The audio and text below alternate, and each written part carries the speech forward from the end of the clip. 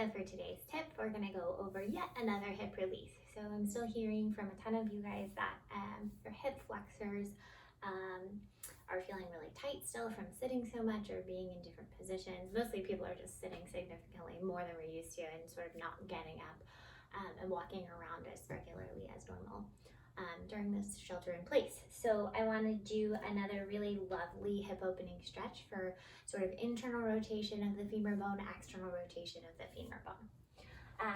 So the way I like to set up for this is having a seat at this figure 4 position where my front leg is about a 90-degree angle in front of me. My shin is parallel to the mat. And my back leg is similarly about at a 90-degree angle behind me as well.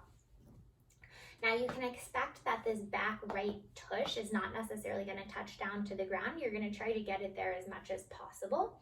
If you feel like you need some support, you can wedge like a small pillow underneath this right butt cheek to make it feel a little more comfortable and supported.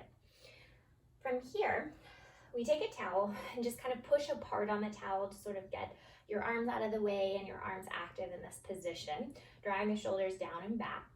And we'll focus in on the legs next. So all I want to have you do is take an internal rotation of that femur bone. So you're going to lift your right butt cheek and allow the hips to kind of sort of roll forward in space. And then allow your hips to roll back in space, getting a little external rotation of that femur bone. And then internally rotate the femur bone, lifting the hip up off the ground, and then allowing it to kind of sit back and kind of leaning back in this position. So we're just kind of rocking forward and rocking back in and out of this position. And you'll feel some mobility within the hip joint and the hip flexor opening as we're doing this position. So try this maybe for about a minute on each side, and then notice how your hips will feel nice and loose afterwards. Let me know if you have questions in the comments below.